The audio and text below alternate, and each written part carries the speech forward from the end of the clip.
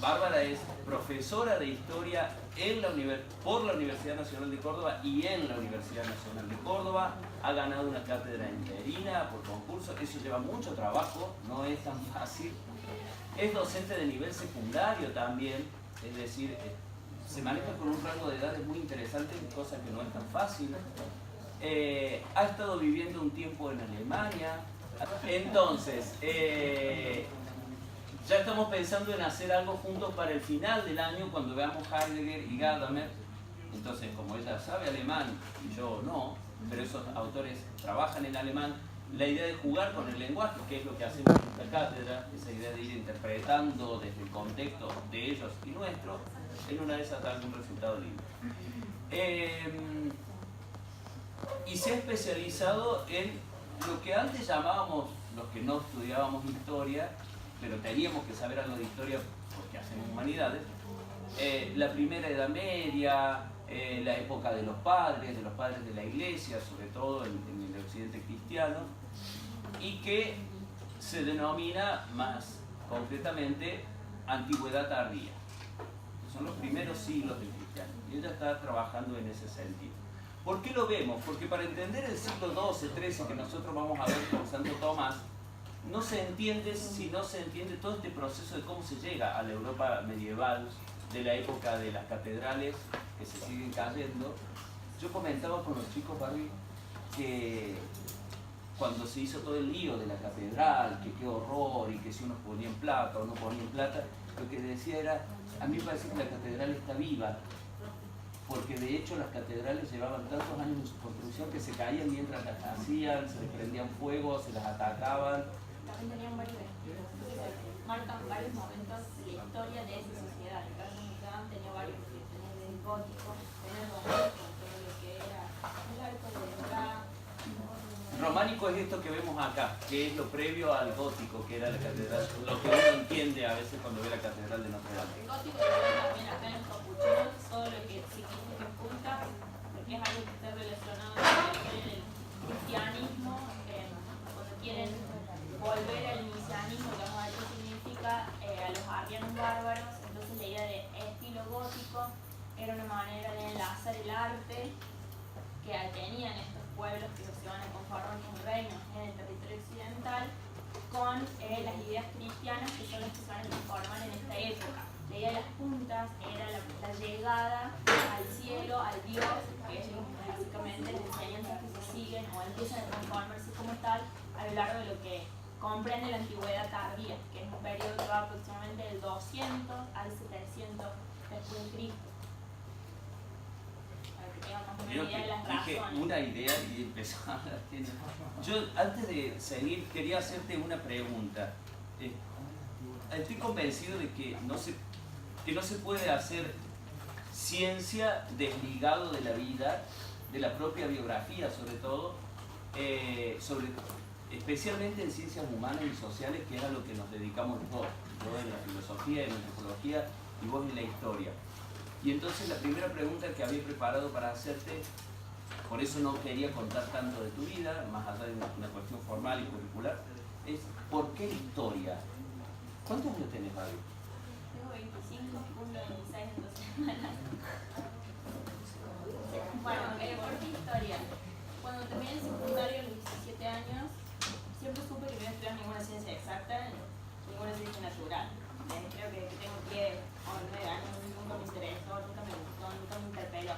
Eso puede ser por muchos motivos, todos los vivido en el secundario, han tenido profesores que lo han marcado, los han interpelado con temáticas y demás. Desde lo que es la ciencia natural, lamentablemente no tuve una buena experiencia. Mi formación por mi colegio secundario es totalmente humanista, por ende desde un momento uno ya estuve más relacionada a nivel de lenguas y demás, y siempre desde niña, me acuerdo que desde niña quería ser arqueóloga. O sea, entonces me preguntaban qué querés ser y yo decía arqueóloga, ahí no entendía nada, mis papás menos. Decían que se me iba a pasar. A los 17 años, cuando decía estudiar historia, caos en mi casa porque esperaban que estudie abogacía. O sea, si egresar en Montserrat, que esperaban que estudie abogacía.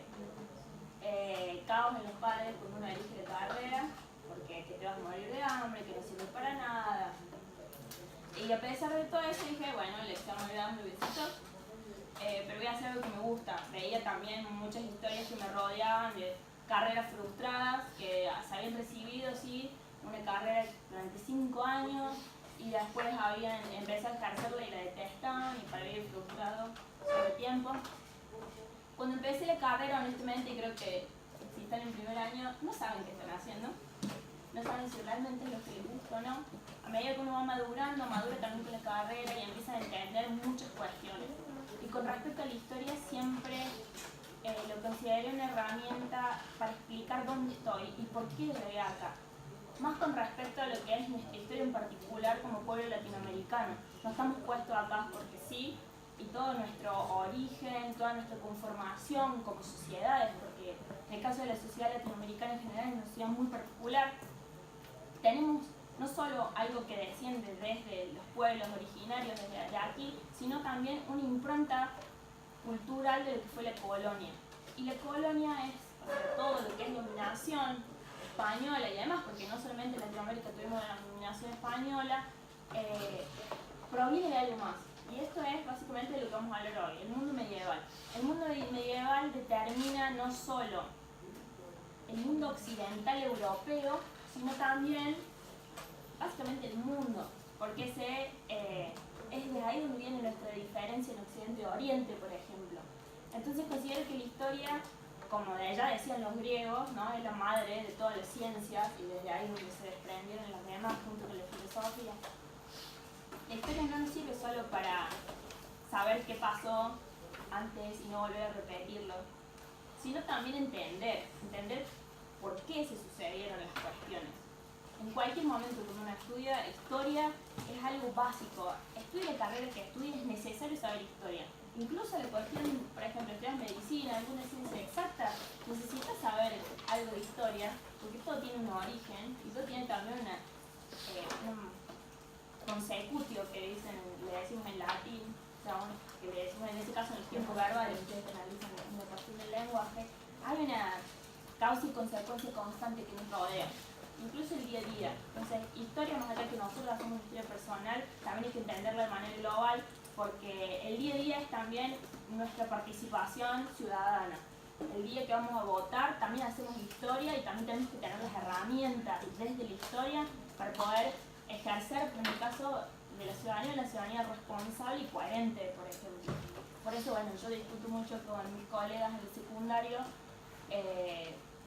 por la manera que tienen en dar historia, en donde los chicos les presentan fechas, en donde no se explican las razones y los por qué.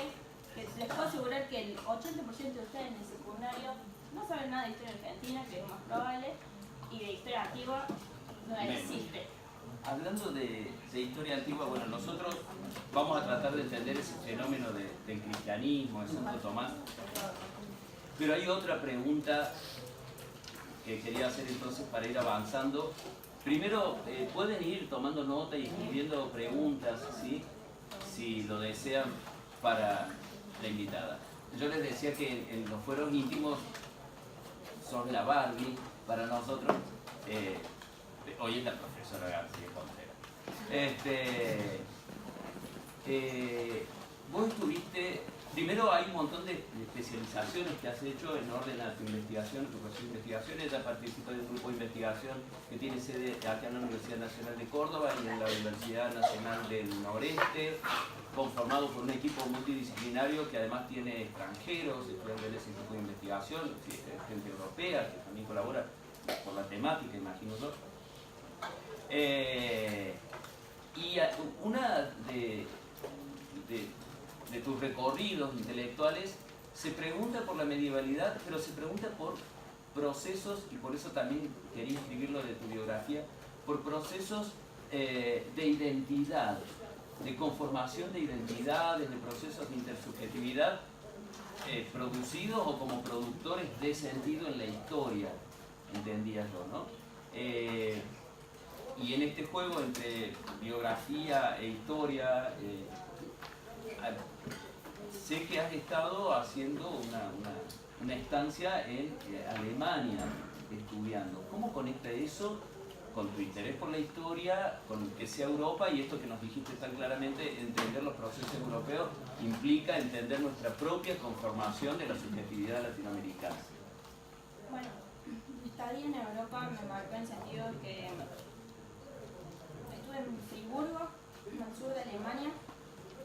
Alemania es una ciudad muy complicada, no es la ideal que nosotros, o por lo menos los medios nos cuentan.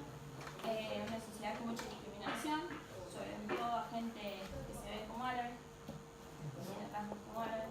Y al mismo tiempo me generó mucha curiosidad que son, cuando uno quiere estudiar antigüedad o medieval y decide un tema de investigación, seguro un alemán ya lo hizo, te dicen todos los formadores.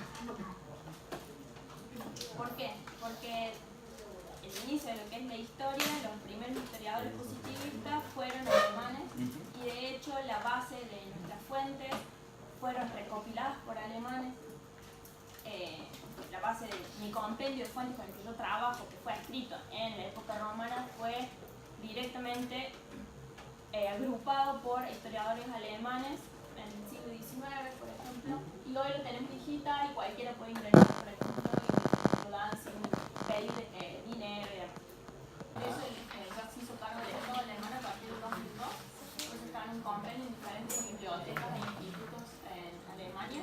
La mayoría estaban distribuidos en Berlín y Múnich, y lo que hizo el Departamento de Cultura del Estado alemán fue empezar un proceso de digitalización. Ese proceso de digitalización directamente hicieron una web con las iniciales, como lo conocemos nosotros, que es la Monumenta Germania Histórica, que es una obra monumental, en este caso es de la Germania, porque la mayoría de fuentes son desde lo que es antigüedad tardía hasta siglo X aproximadamente. Son todas las compilaciones que a lo largo de la medievalidad se han hecho copias y han llegado después del Renacimiento y demás, y en el siglo XIX las juntaron en un compendio físico y después directamente las escanearon y las tenemos todas en latín, obviamente, con las ediciones de los recopiladores del siglo XIX alemanes que también están en latín. Entonces, una gestión fuerte del Estado en ciencia, una inversión en ciencia. Sí, incluso, por ejemplo, yo este año estoy terminando mi segunda carrera en historia, que es la licenciatura, estoy estudiando mi tesis.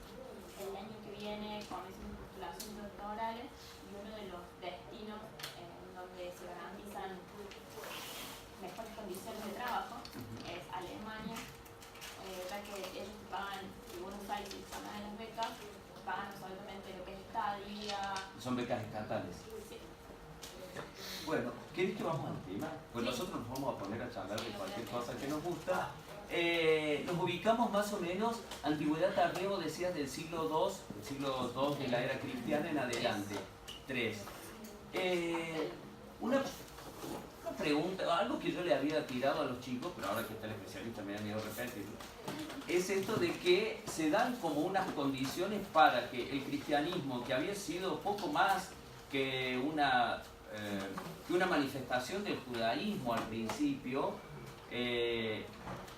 logra articularse socialmente de un modo que aparentemente no había existido en la historia, y este viaje de la Palestina a Roma, y se instala en Roma esta religión, muy pequeña, casi insignificante al principio, y llega en el siglo III, IV a imponerle condiciones al imperio, al punto tal de que cambia la forma de contar el tiempo. Eso me parece súper significativo. La pregunta es, ¿cómo llegaron a eso los cristianos? Bueno.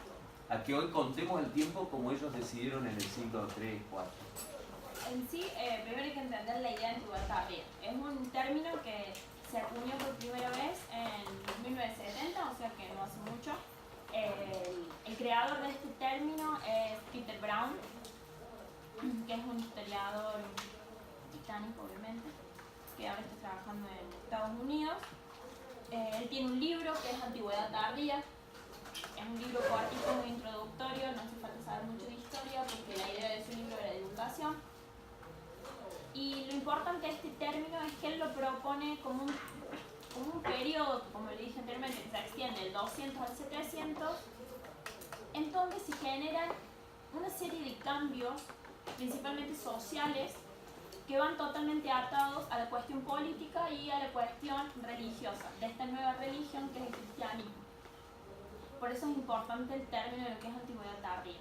La idea de la antigüedad tardía es borrar esas ideas en donde la idea clásica de Roma, del Imperio Romano, directamente cae en el 476 y ya empieza inmediatamente un momento, lo que es la medievalidad, en donde la mayoría de la gente entiende la medievalidad como feudalismo, señores feudales, Castillo, castillos, bueno, todo eso es una mala noticia, no era así, ¿sí? Perdón, paréntesis, necesito hacer comentario. A mis alumnos de la universidad, cuando empezamos a hablar de medievalidad, de los prácticos, es re difícil sacarles la idea de que no hay castillos. De hecho, el fenómeno de los castillos es un fenómeno que se llama encastelamiento, que se da en una zona en particular que es Italia, y que no existe esta idea de murallas cuando hablamos de la explotación de la tierra y demás. Y no lo entienden. Y te dice, ¿y las murallas? No había murallas. Exactamente, mucho Netflix. Bueno, en fin, eso para que tengan en cuenta, hay mucho romanticismo alrededor de la medievalidad. Lo mismo que pasa con los pueblos bárbaros y con los pueblos nórdicos, mal llamados vikingos. ¿Sí? ¿Por qué mal llamados vikingos? Porque la palabra vikingo es un verbo en nórdico que significa saquear, que era la actividad que ellos hacían. Entonces básicamente lo que hacían era vikinguear, diría un colega amigo que es experto en pueblos nórdicos. Entonces, igual que la idea del vikingo como ese guerrero fuerte y súper guerrero con sus armas, no, era un campesino. Que lo único que hacía, y no tenía un ejército formado, era ir a robar en los tiempos en que la cuestión del clima, porque vivían en el norte, no podían sembrar. Y se iban a robar comida más abajo. Se iban a robar botín porque a lo que eran los pueblos romanos, empiezan en el siglo, que es lo que queda del imperio, que son pueblos reinos romanos germánicos en el norte, hay una incursión a París y demás. Pero ya en todo lo que es Europa Occidental tenemos la formación del imperio carolingio. Para que tengan una idea de cómo no era esa idea del vikingo. Siempre me gusta destruir las ilusiones. Porque leo mucho texto y leo pocos libros. Bueno, volviendo a la antigüedad tardía. Mira, somos tan ñoños que yo porque venía ella me puse la corbata, los dos somos fan de Harry Potter. Y mirá la expresión que acaba de decir. Ven mucha tele, leen pocos libros. Es verdad. Pero ellos no, ellos leen mucho, ellas leen mucho. Bueno,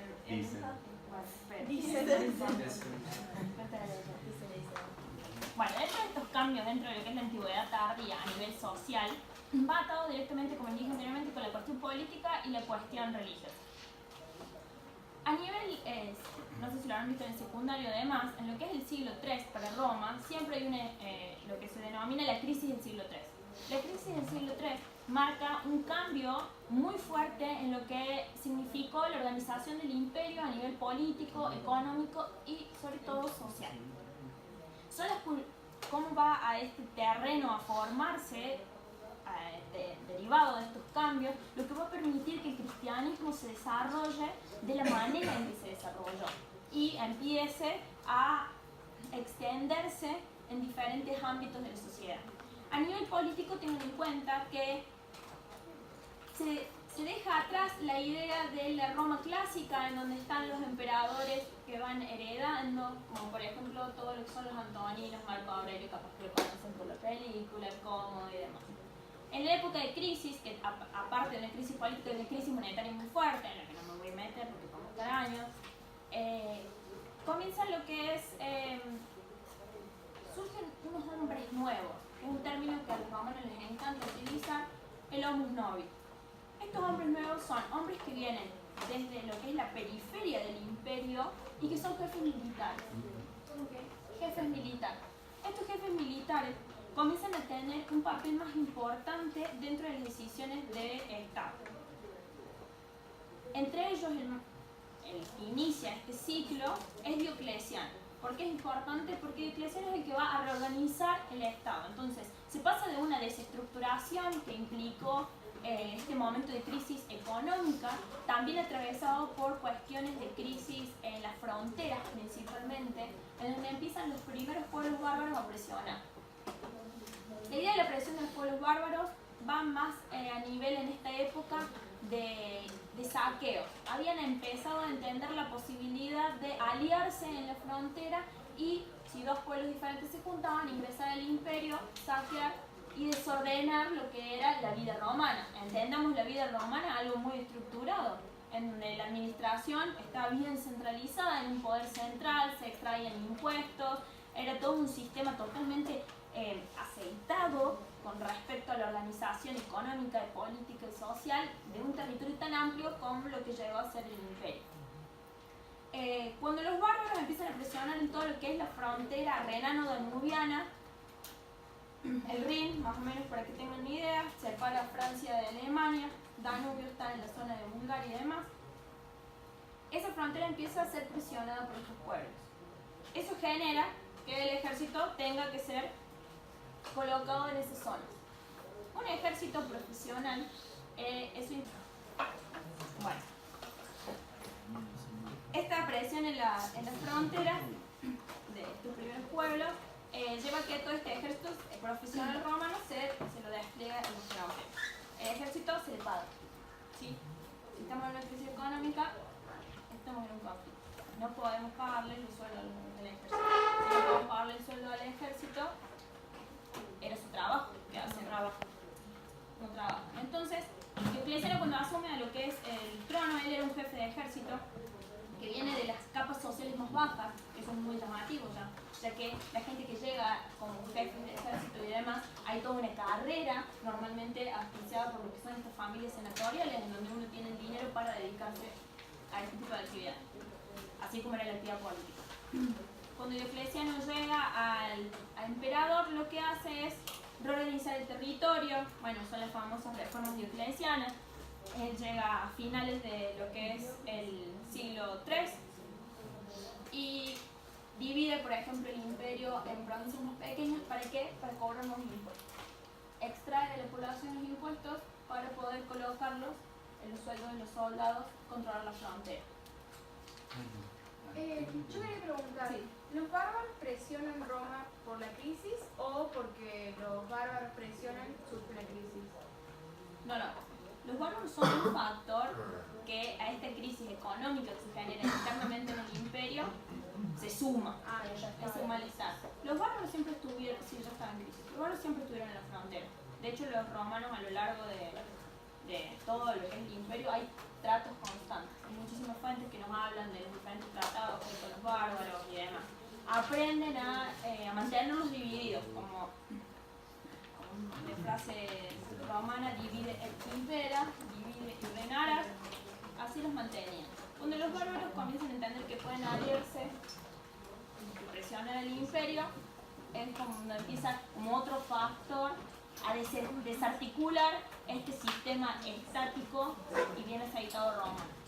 Es decir, estaríamos viendo que el surgimiento del cristianismo, que también va a ser otro factor, en estos siglos se ve beneficiado de algún modo por una crisis interna y por una presión externa. ¿Sí? En este caso el cristianismo, mientras tanto, puede desarrollarse sin ningún tipo de inconveniente y muestra una nueva forma de vida con respecto a este mundo de desorden y demás. Peter Brown, por ejemplo, plantea que el cristianismo da una nueva oportunidad a una vida más como introvertida, por decirlo de una manera, en donde el culto se vuelve más privado, ya no hay tanto desarrollo a nivel de la vida pública como si era algo propio de esa vida del imperio. Entonces lo que hace el cristianismo, que es algo que hay que tener en cuenta desde su origen hasta el día de hoy, tiene una capacidad de adaptación a los momentos, a las coyunturas sociopolíticas que lo atraviesan. Entonces, estos primeros cristianos que están en Roma, no solo en Roma, comienzan a desarrollar estos primeros cultos en lo que es las catacumbas y demás, que en este momento de crisis del imperio, en donde toda la atención está centrada en otras problemáticas, se produce como una dispersión conversión y se empiezan a captar diferentes estratos de la sociedad. Y eso es lo que más llama la atención del cristianismo. No hay solo una clase social baja que forma parte del cristianismo mediante la prédica, ¿no? De la limosna, del abandonar también en ese cristianismo primitivo. No es la idea del cristianismo actual, ¿no? La idea que nosotros tenemos del cristianismo hoy recién se conforma en el siglo XI, XII. Antes no teníamos, es re difícil salir de nuestra noción de cristianismo para entender este origen. Este cristianismo todavía no estaba ni determinado qué era la ortodoxia, qué era el dogma y demás. Únicamente se entendía que era muy parecido al judaísmo, este Dios único que se contrapone a la idea clásica del paganismo, del politeísmo y ese panteón de dioses. Y también, por ejemplo, hay una nueva noción de la idea de conversión. Conversión no es formar parte, o sea, pasar de una religión a otra, sino simplemente se dejan de creer en este panteón de dioses que no estaría satisfaciendo las necesidades del momento y comienza a haber un desplazamiento hacia la idea de este Dios único como el posible camino a satisfacer esas necesidades. Ahí, estoy pensando mientras te escucho, hay una idea de Richard Rorty, el filósofo norteamericano que murió hace poco. Sería más o menos, muy sencillamente, muy desfiguradamente, sería así: que en el mundo el hombre ha creado como metáforas muy poderosas que permiten dar sentido a la vida. Según Rorty, una de las metáforas poderosas fue la democracia, podría ser la democracia griega, y otra sería la idea de caridad cristiana, la idea del amor cristiano, que entronca con esta cuestión de las subjetividades, digamos, de que haya cultos que incluso podrían llegar a ser privativos de unas clases o de unas castas sacerdotales, etcétera, etcétera. El problema con que el emperador se haya divinizado, ¿no? Y acá un culto que dice, no importa a qué clase social o a qué estrato perteneces, son todos hermanos, hijos de un único Dios. Y una metáfora, y entonces la cuestión de la comensalidad, entonces todos podemos comer en la misma mesa. Esa idea está totalmente relacionada con el surgimiento de los hombres nuevos a nivel político y militar. ¿Por qué? Porque estos hombres nuevos no vienen de ninguna familia senatorial. Entonces, de alguna manera, necesitan formar parte de algo que sean aceptados a nivel social. El cristianismo da esa herramienta. Eso es lo que, por lo menos, Peter Brown lo establece como herramienta de cómo el cristianismo empieza a expandirse, por ejemplo, en las capas militares y políticas. A pesar de que llega a ciertos, por ejemplo, Diocleciano es un gran persecutor de cristianos, para tener en cuenta. Y recién es Constantino, varios emperadores después, el que supuestamente se convierte. Hay una gran disputa si se convirtió o no, pero es el que deja de perseguir cristianos en el 312, porque supuestamente ganó una batalla porque se pareció a Dios. In hoc signo vinces. Porque iba ganando la batalla, entonces hay una decisión política muy interesante ahí, porque tenés, junto con esto hay un fenómeno particular, que es todo lo que es Plotino, por ejemplo, y el neoplatonismo. El caos en todo lo que es el mundo occidental, en la parte, por ejemplo, de Grecia, comienza el cristianismo, y también Agustín es un representante, a presentarse como una opción también de paideia. Entonces empiezan las disputas realmente entre cristianos, y algunos le dicen pagano, pero en realidad es la idea de filosofía clásica. Entonces se disputan qué es la paideia. La paideia hace referencia a este conocimiento, a esta iluminación, por decir, que traen desde los griegos, que los romanos lo repiten y lo amplifican en la época clásica. Entonces, en la antigüedad tardía, como estamos viendo, hay grandes cambios a nivel político, social y económico. Esto también se pone en cuestión. Entonces empieza a haber una reinterpretación de los clásicos, como es, bueno, ustedes lo vieron, creo, ¿no? Aristóteles. Nos hemos centrado en Platón. Bien, bueno, Una decisión mía. por ejemplo, la reinterpretación de lo que es Aristóteles, Platón y demás, en base a lo que es la idea cristiana, porque estos autores de esta época están atravesados por un contexto totalmente distinto al cómo se hacían los análisis a en el momento clásico. Entonces es interesante cómo en el mundo, sobre todo en la parte oriental, el cristianismo cobra mucho más fuerza y se instaura en las provincias de Oriente, de lo que constituye el Imperio Oriental, Que después va a quedar, siglos después va a ser la ortodoxia cristiana y católica. Recién es Constantino el que logra, él se constituye como emperador de ambas mitades. Empieza a haber una dispersión de este cristianismo más en la zona occidental. En la zona occidental habían quedado en las primeras, no existe como esta discusión más filosófica en el occidente. Es más, Eso te iba a decir, la palabra es chato. Sí, una estructura. Comienza la idea de los obispos.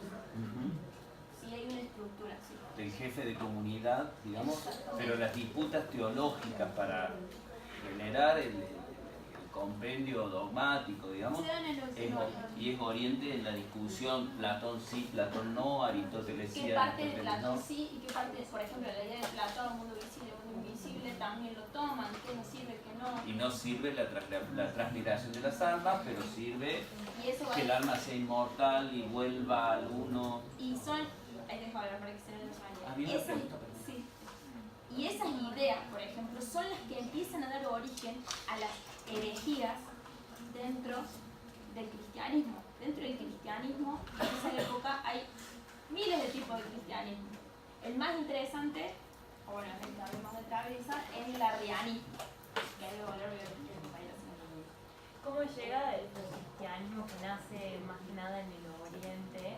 ¿Cómo llega a ser una potencia en lo que es Europa? O sea, ¿por qué lo adoptan así tan fuertemente y después se expanden? O sea, no me refiero a que nació en un pueblo así, ¿me entendés? Dicen este Dios, y cómo llegó después a que no todo, o sea, una gran masa crea en eso, digamos. Bueno, primero empieza con la diáspora judía.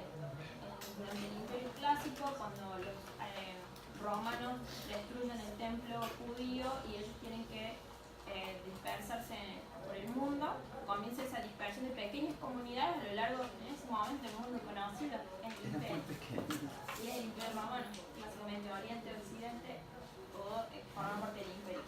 Los judíos se dispersan en lo que es todo el mundo, tanto Occidente como Oriente,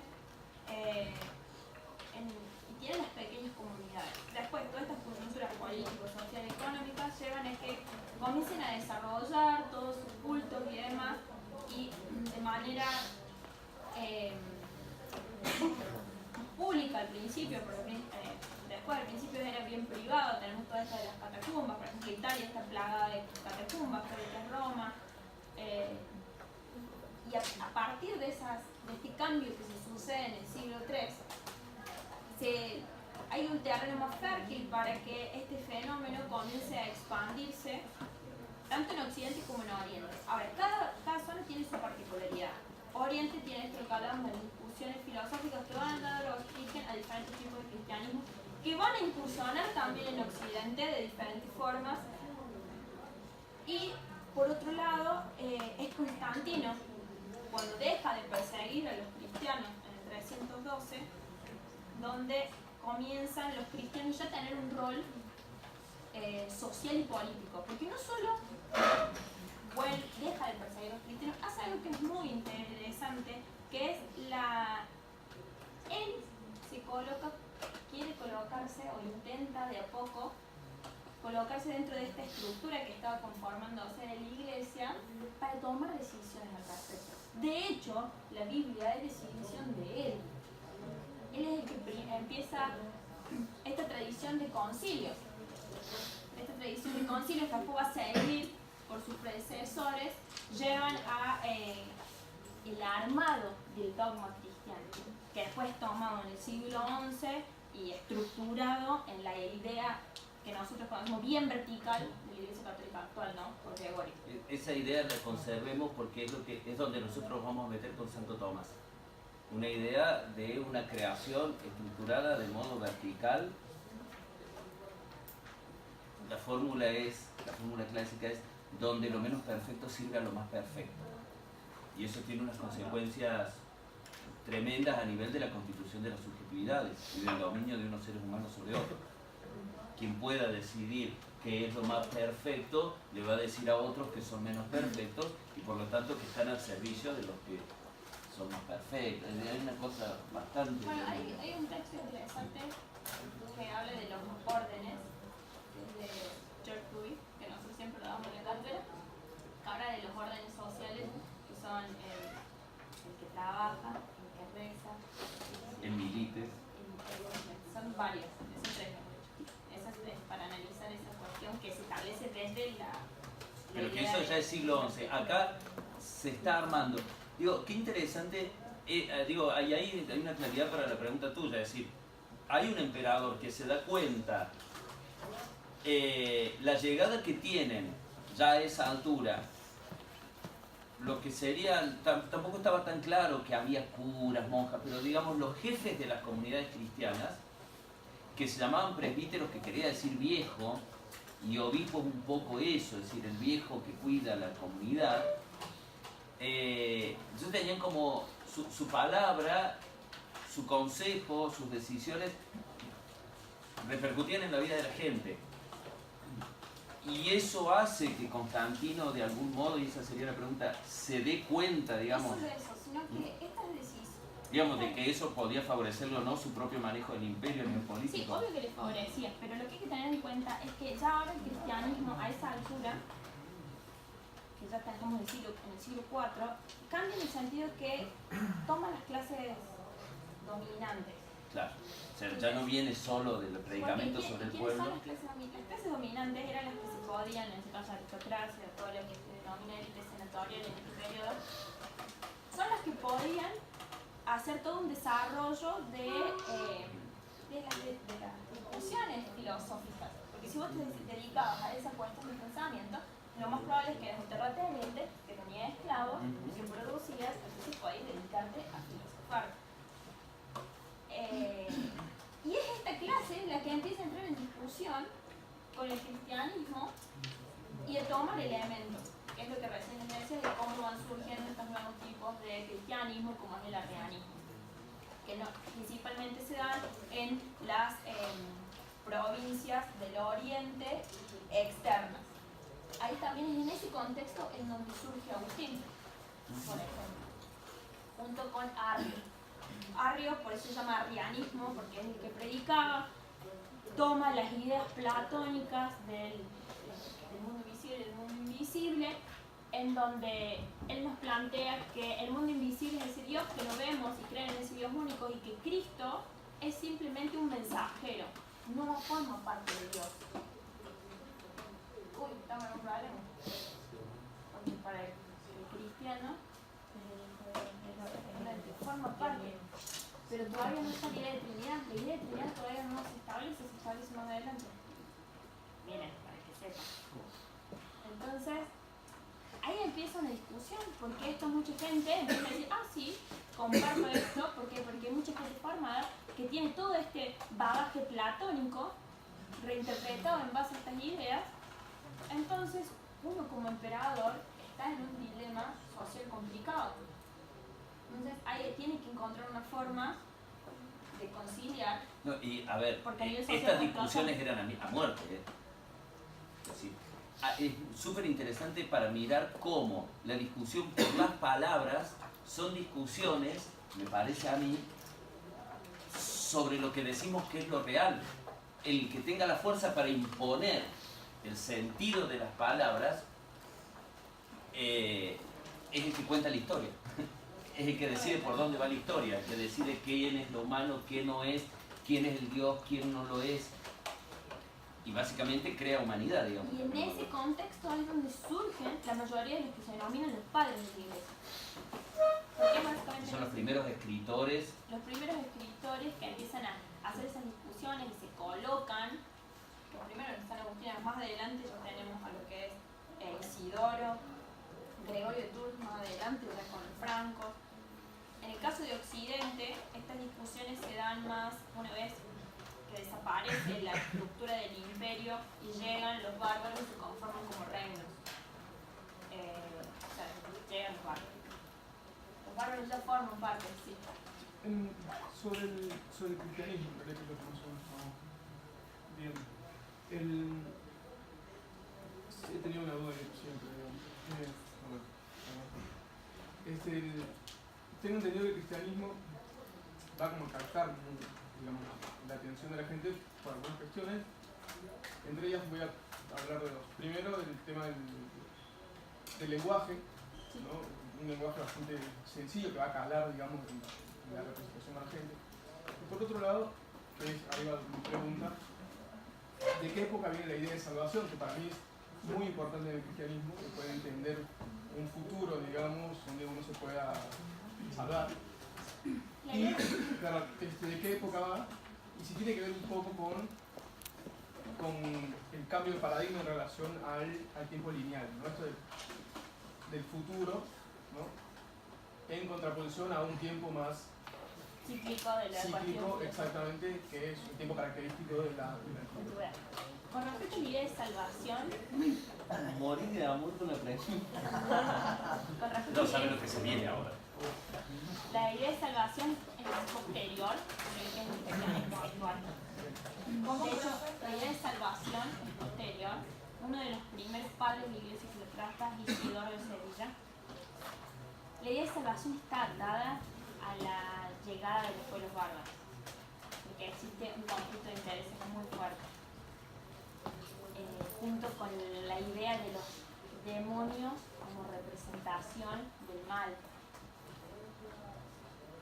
La idea de salvación de los demonios también está atada a lo que toma el judaísmo de la parte de Persia y el zoroastrismo, en donde el zoroastrismo tiene la idea del bien y el mal.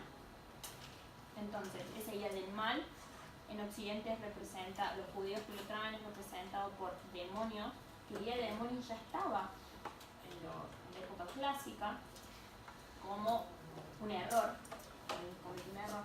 Pero después el cristiano, cuando toma esa idea del que es el demonio el que lleva a que uno sea pagano, por ejemplo, que tome malas decisiones.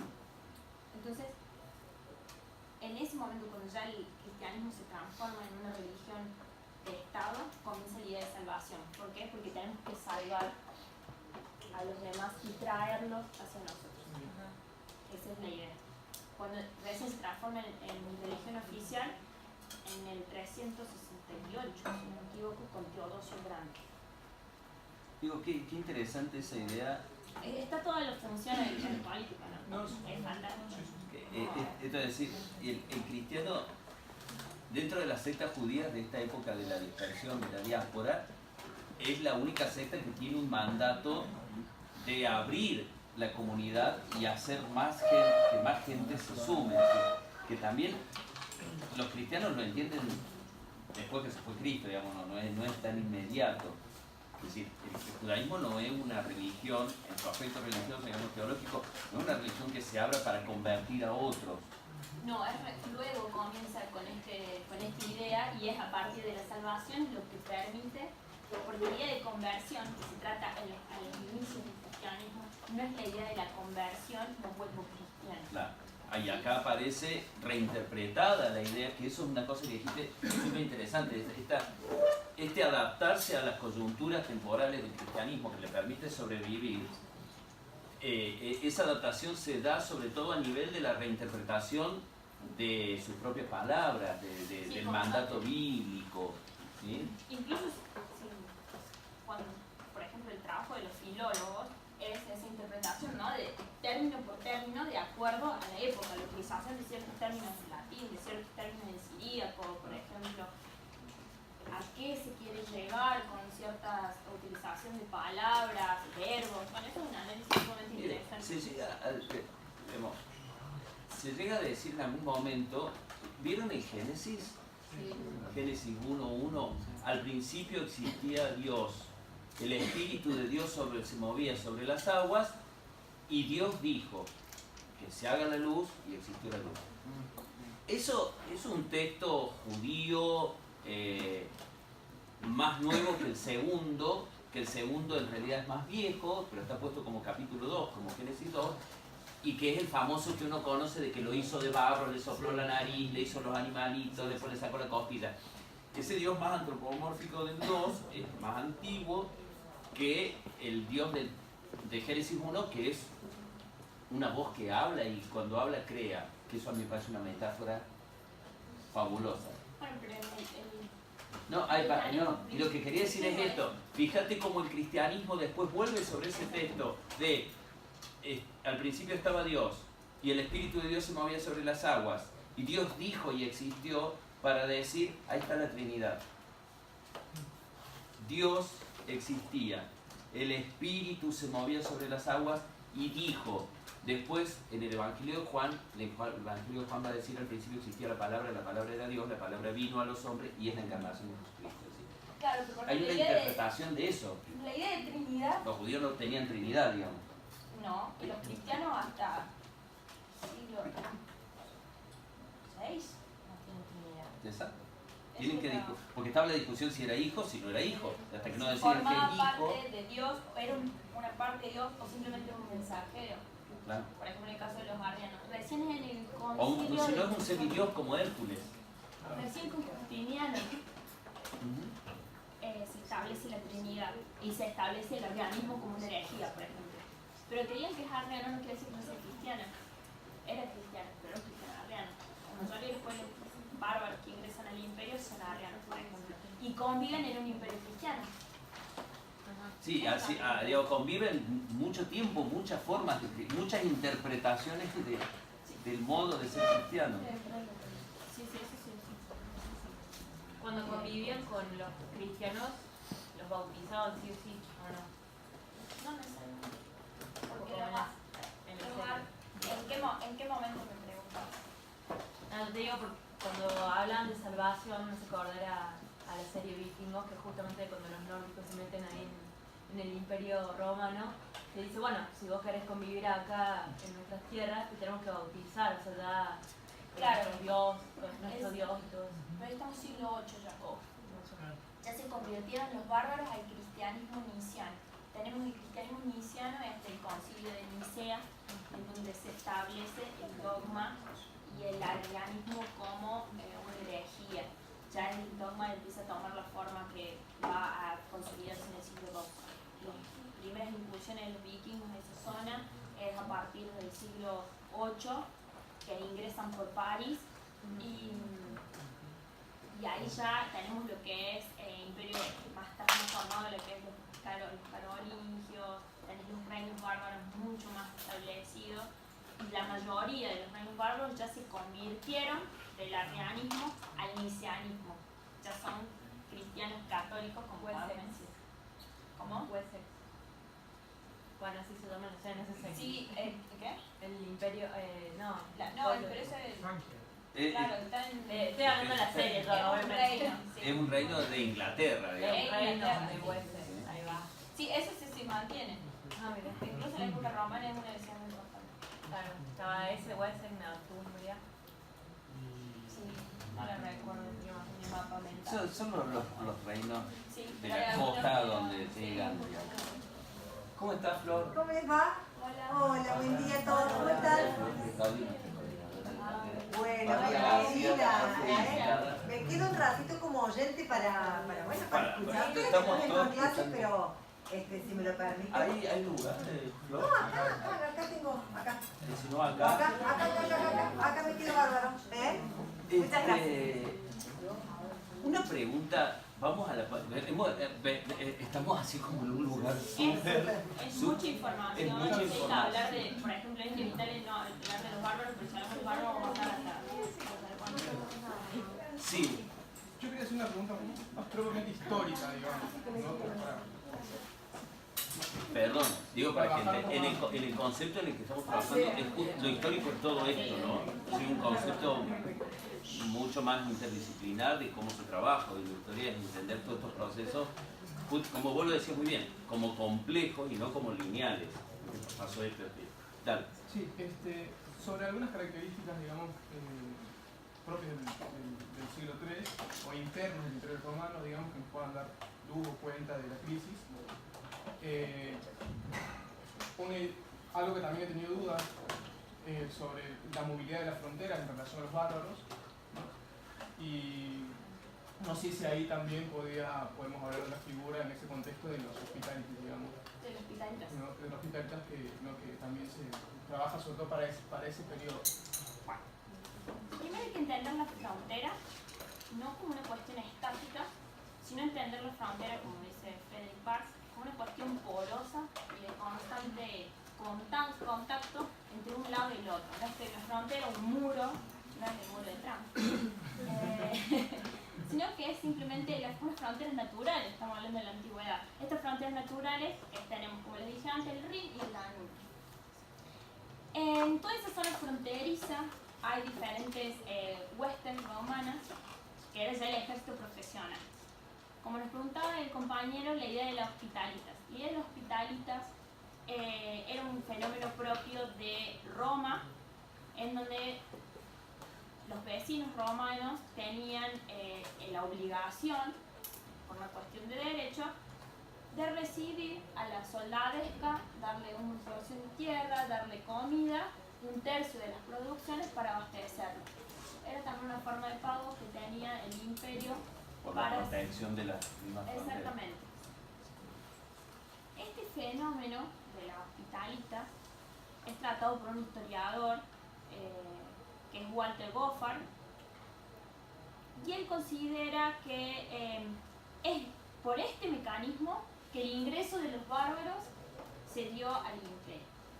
Junto con Goffard surgen otras corrientes historiográficas, que es por ejemplo a la corriente a la que yo adhiero, que es la Escuela de Viena, cuyo padre fundador es Benkus y actual representante es Walter Pohl, que es un historiador austríaco, en donde él nos propone lo que surge en el año 70, la idea de la teoría de la etnogénesis, que es la conformación de las identidades, y se une a la idea de los hospitalitas. Perdón, esa idea de etnogénesis y conformación de las identidades, nosotros la vamos a recuperar el año que viene en antropología.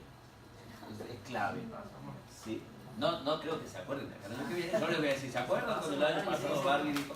Pero es fundamental. Digo, hago la conexión para insistir en esto de cuando empezábamos al principio diciendo, bueno, hoy las ciencias humanas y sociales, al menos para nuestras cátedras, mías, por ejemplo, se entienden como transdisciplinarias. Si yo hago periodismo, estoy haciendo una ciencia social. Ya es una ciencia compleja por esto, porque va conversando, y la historia también, la antropología también, ¿se ve? ¿Sí? Bueno, esta idea, para terminar de responder la pregunta del compañero, a partir del siglo III, junto con todos los conflictos de los que hablamos anteriormente, y los primeros ingresos de estos pueblos que están en la frontera son por botín. Recién a partir de lo que es el siglo IV se produce un fenómeno extra, que es la aparición de los hunos y la presión. No entiendan la presión de los hunos como las películas, por favor, donde vienen los hunos y que es lo que muchos historiadores pensaron durante mucho tiempo, que es el fenómeno de la bola de billar, que le dicen, que están todos los pueblos bárbaros juntos, llegan los hunos, se dispersan, empujan la frontera y caen al imperio. No. Sí, no. Eso no pasó. Los pueblos ya estaban en la frontera. Sí pasa que los hunos hacen incursiones, son un pueblo seminómade, que hacen incursiones constantes, y Atila logra un ejército muy poderoso que comienza a presionar a estos pueblos, los hostiga de manera violenta. Entonces estos pueblos que estaban más romanizados y barbarizados, si queremos usar esa categorización, comienzan a pedir ingreso al imperio. La crisis del imperio lleva a que los emperadores comiencen a dejar ingresar a algunos grupos, no a todos, a cambio de la defensa de la frontera. Entonces algunos ingresan por medio de la lógica de los hospitalitas. Es decir, ahí se produce esa porosidad que vos decís. Exactamente. Pero ya la porosidad No es solo una cosa que se daba, sino que terminan produciendo la... No solo en cuestiones comerciales o tratados de paz, sino ya ingresan, pero mediante una figura jurídica que es muy importante, que se llama foedus. La figura jurídica es importante porque es lo que después se va a transformar en el feudo. Ya pensé que- Los foedus son tratados que se dan entre los emperadores y los jefes de estos pueblos, en donde se le otorga el pedazo de tierra mediante los vitalitas, ese producto de tierra, se los dan en forma de pago como de defensa del limes, que le dicen. El limes, el límite, la frontera. A cambio, les garantizan que ellos van a tener la misma ley romana.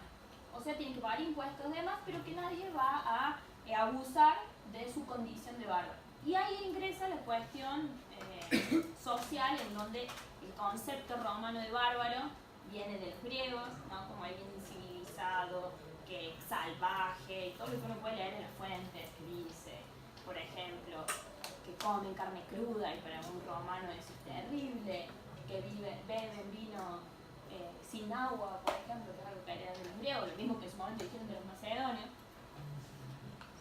Entonces pasa algo muy particular, perdón que ahora me decís, pero me encanta este episodio.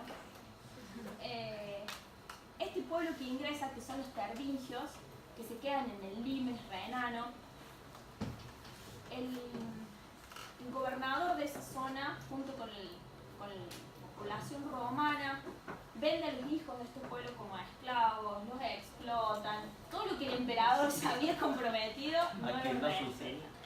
Entonces este pueblo, que ya en el siglo III hay un empoderamiento por parte de estos jefes, comienza a ser aliados con aquellos que quedaron del otro lado. Se junta un ejército de varios pueblos, se levanta en contra del imperio. Eso es muy interesante. 376, batalla de Adrianópolis. La batalla de Adrianópolis es muy interesante porque marca un quiebre y muestra la debilidad del imperio y también da inicio a lo que se llama la barbarización del ejército romano. ¿Por qué? Porque ganan los bárbaros y matan hasta al emperador. Ah, llegan. Sí, Adrianópolis está en la zona de Grecia, norte de Grecia, chocan en los ejércitos. Valente, que es el emperador de Occidente, no espera a Graciano, que viene, no, Valente de Oriente y Graciano que viene a Occidente. Bueno, Occidente viene a Valente y Graciano viene a Oriente, no lo espera y es asesinado en batalla. Cuando pasa eso, es donde aparece nuestra figura de Teodosio el Grande, que es el que va a volver como religión oficial del cristianismo. Eso me pregunto.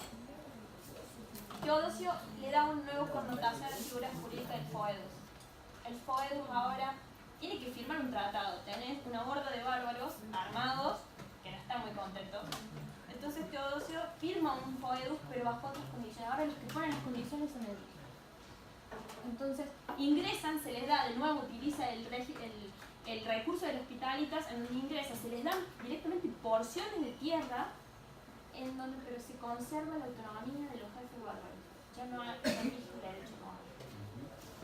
Ahí estás perdiendo, el imperio ahí pierde muchísimo. Porque al darles autonomía sobre ese espacio, más allá que estás perdiendo a nivel político, estás perdiendo a nivel económico, porque no podés recaudar impuestos ahí, que era la base del mantenimiento. Son todas esas condiciones en donde el cristianismo puede empezar a desarrollarse. O sea, hay un desorden a nivel político. Es decir, y acá, para ver si entiendo, estos bárbaros también ya estaban cristianizados. Eran arrianos. Digamos. Todos los cristianos que ingresan eran arrianos. Digamos, pero había más terreno, digamos, entre la dificultad política que había, el terreno común era esa base cristiana. Ellas son todos cristianos, nada más que tenés arrianos y no arrianos.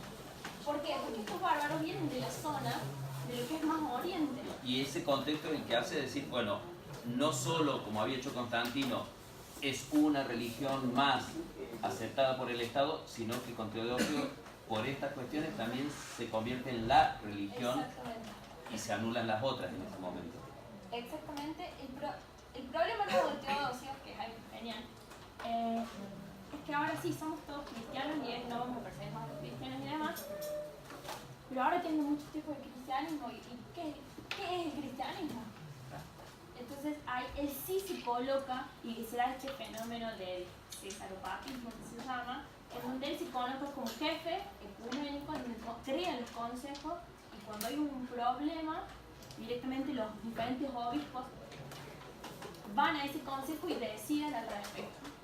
Porque acá hay un fenómeno interesante dentro de lo que es el cristianismo como estructura. Estos obispos que en su momento, al inicio, son estos, como dijiste vos, Diego, jefes de las primeras comunidades, ahora directamente son funcionarios. ¿Sí? Son funcionarios de lo que queda de esta desestructuración, ¿no? Tenemos en cuenta que hay que sacar la idea de que Roma cayó. El 476 es una fecha que se puso por una convención entre historiadores, no es que un día por el otro Roma dejó de existir, empezó la medievalidad, son todos señores feudales.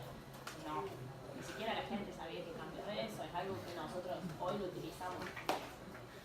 476 directamente es la desaparición de la figura del emperador, pero su lugar lo ocupa un rey bárbaro.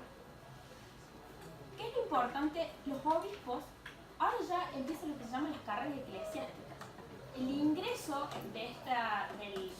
del cristianismo a las clases de las élites también hacen que estas élites, que en su momento eran élites senatoriales, que hacen todo el curso para llegar a senadores, que son los terratenientes y demás, ya no es rentable esto, porque hay un nuevo fenómeno que está aliado al poder, que es el cristianismo. Entonces directamente dejan ese fenómeno y pasan a ser obispos. Muchos de los grandes terratenientes que eran senadores ahora tienen la figura de obispos. Y eso es sumamente interesante porque existe directamente, todas las funciones del Estado ahora pasan a los funcionarios de la Iglesia como representación de los obispos.